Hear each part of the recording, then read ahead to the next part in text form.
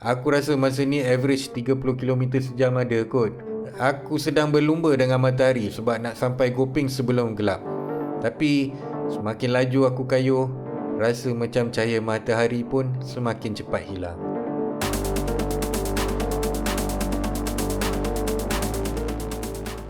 Jangan muak sayang, jangan takut sayang, kita cuma pijak atas bayang.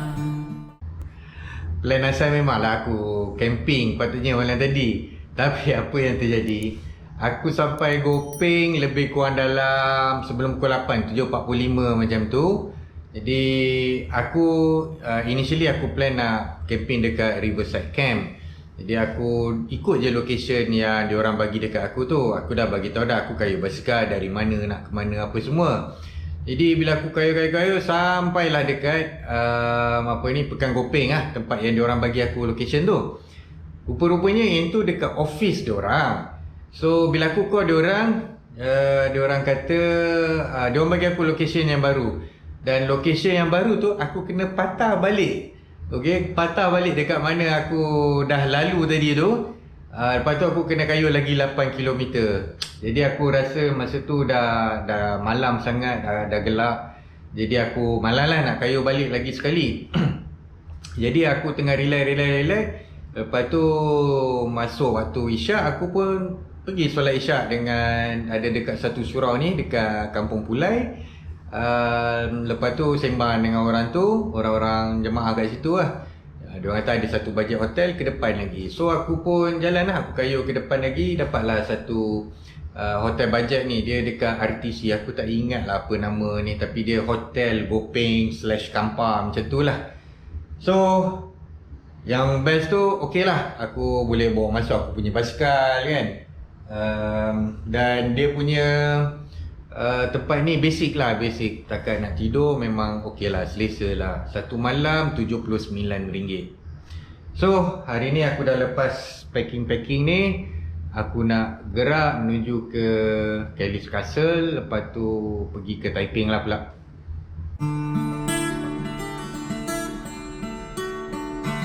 Aku keluar dari hotel pukul 10.45 pagi. Kelly's Castle cuma 10 km je dari hotel. Ini bukanlah pertama kali aku ke Kelly's Castle. 20 tahun dulu aku pernah datang sini dengan kawan-kawan masa belajar kat UiTM lepas tamat belajar. Cuba teka mana satu aku.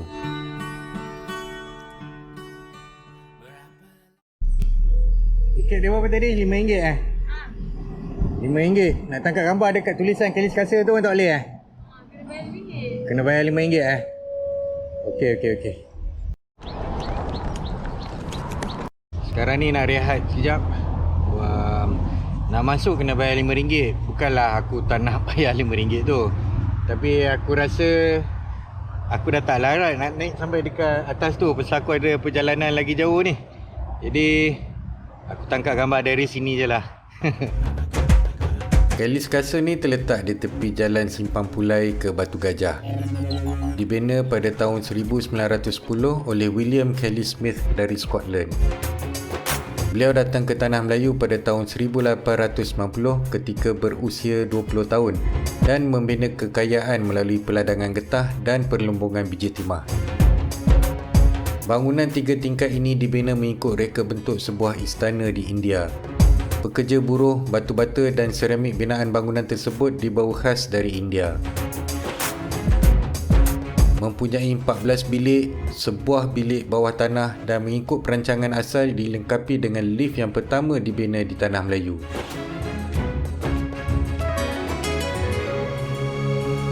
Di tingkat kedua pula sebuah padan tenis berlantaikan simen.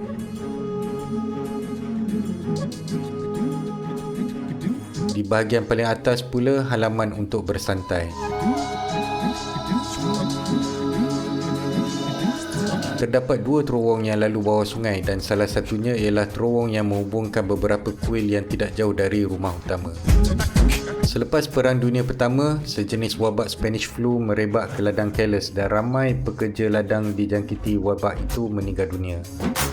Ketua pekerja meminta Kelly Smith membina sebuah kuil supaya mereka boleh mendoakan keselamatan pekerja dari wabak tersebut. Beliau bersetuju dan mengarahkan semua tukang yang sedang membina Kelly's Castle supaya membina sebuah kuil baru di kawasan ladang berhampiran.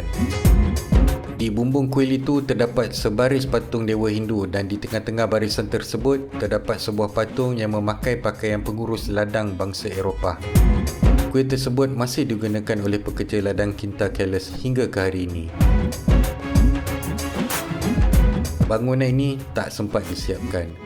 Kelly Smith meninggal dunia di Portugal pada 11 Disember 1926 ketika mengambil lift yang ditempah. Okay, aku dah gerak dah dari Kelly's Castle. Sekarang ni nak menuju ke Ipoh. Dah pukul 12 lebih dah ni. Aku ada nak jumpa kawan aku lah. Kawan lama dulu. Masa belajar kat ITM dulu. Nak lunch sekali dengan dia.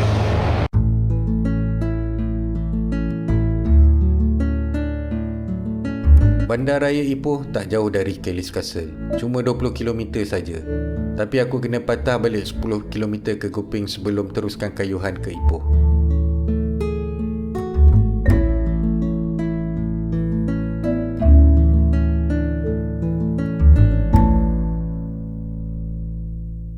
Come to Ipoh. Hebatlah kau. Okey, kalau ada yang tertanya-tanya siapa tu Kirk, itu sebenarnya nama panggilan aku masa kat UiTM Shah Alam. Selalu orang putih je buat macam ni. Kau lah orang Melayu pertama aku nampak. Aduh, ada bendera Malaysia lagi. Ramai. Perak kena ada. Ramai je lagi yang pendapat. Okey. Ada. Nak pergi makan? Ke mana kita? Janganlah jauh-jauh sangat. Aku kena bawa basikal. Jom kita parking kat sini. Kita makan naik kereta aku. Ni Mio, kawan baik aku ni masa dekat ITM dulu. Tapi sama dengan dekat ITM Melaka. Tapi start rapat masa ITM Shah Alam. Kita orang sama-sama belajar degree buat HR dulu. Tapi kita orang dah sebenarnya dah start tegur dah. Ada sekali tu ingat Mio, first time jumpa dekat Ipoh. Tengok konsert OAG. Konsert OAG masa tu. Mio tengah lompat-lompat macam tu. Ada lepas tu start benda tu tegur-tegur macam tu je lah. Sekali masa degree betul-betul rapat. Ini Mio, aku dah sampai kat Ipoh ni, aku kena telefon lah dia, tanya mesti. khabar. Kau tidak kena daulat. Itu lah pasal. Kalau kau boleh spend night malam ni boleh lepak main snooker. Oi, aku zaman snooker aku dah habis lah Mio. Mio, kau bawa aku tempat tender ni Mio. Alah, biasa-biasa je. Aduh, besar ni. Aku mula sampai ke Taiping. Aku mula ingat makan ni pun dah okey dah ni. Ni kau bantai kari kepala ikan ni. Walamak, gila Mio. Seronok betul dapat jumpa kawan lama. Bersembang sambil makan. Topik sembang tak lain tak bukan mengimbau nostalgia masa belajar dulu. Jap, kita rewind jap. Mio pun ada dalam gambar-gambar yang aku tunjukkan tadi. Okey, sekarang kita ke depan balik.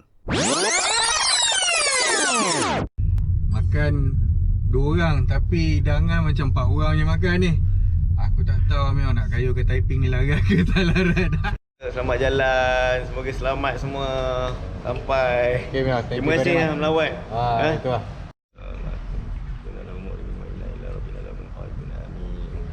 InsyaAllah selamat. Okay. Masa ni aku cakap terus terang, memang tak larat nak kayu. 2 kali berhenti rehat sebelum sampai Cemur. Perut memang sengkak habis. Rasa macam dah tak nak kayu dah waktu tu. Tapi kan, bila tengok bendera Malaysia ni, aku naik semangat balik.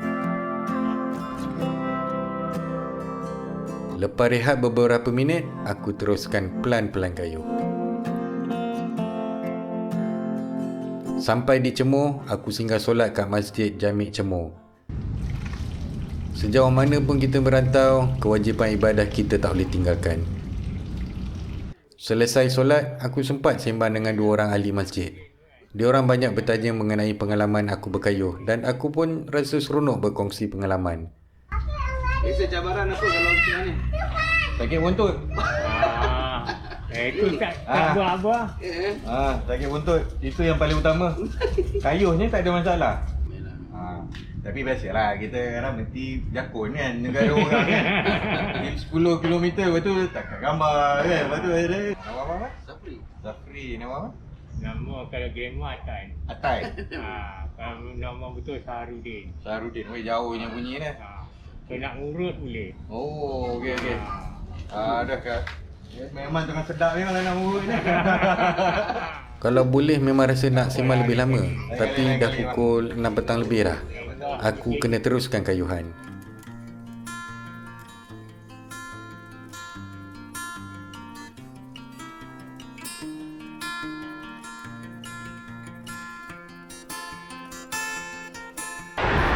Kalau kita tengok dekat kawasan Ipoh ke atas lah kan, dia memang banyak bukit-bukit batu kapur yang kita dapat tengok dekat sini. Okey, agaknya macam tu lah, nampak bukit semua tu dah botak dah tu. Dia ambil serpihan daripada batu kapur, lepas tu dia pergi naik dekat macam ada jambatan tu masuk ke kilang. Lama-lama sayang lah, habis lah bukit-bukit yang bukit-bukit dekat area sini ni. Tapi nak buat macam mana, kita pun perlukan simen kan, melainkan kita ada option lain lah. Kalau kayu lepas pukul 6 ni baru rasa okey, baru rasa semangat lah nak kayu. Cuaca tak panas, rasa nak kayu jauh pun boleh dah balik ni. Kita tahu lah masalahnya nak gelap dah. Tengoklah berapa jauh aku boleh kayu hari ni.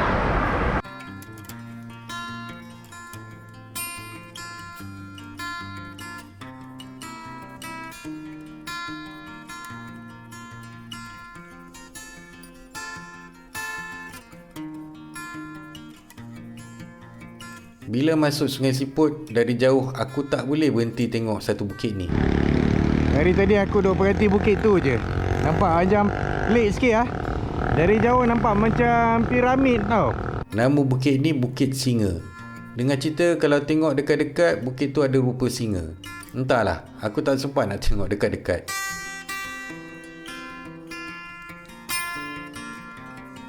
Hari dah mula senja dan mula gelap. Pemandangan sepanjang jalan pada waktu ni nampak cantik dan tenang. Tapi aku kena cari tempat bermalam dengan segera.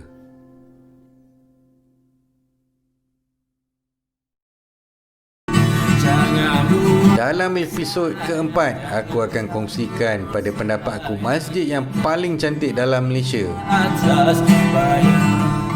Dan aku kayuh ke Jelapang Padi Negeri Perak.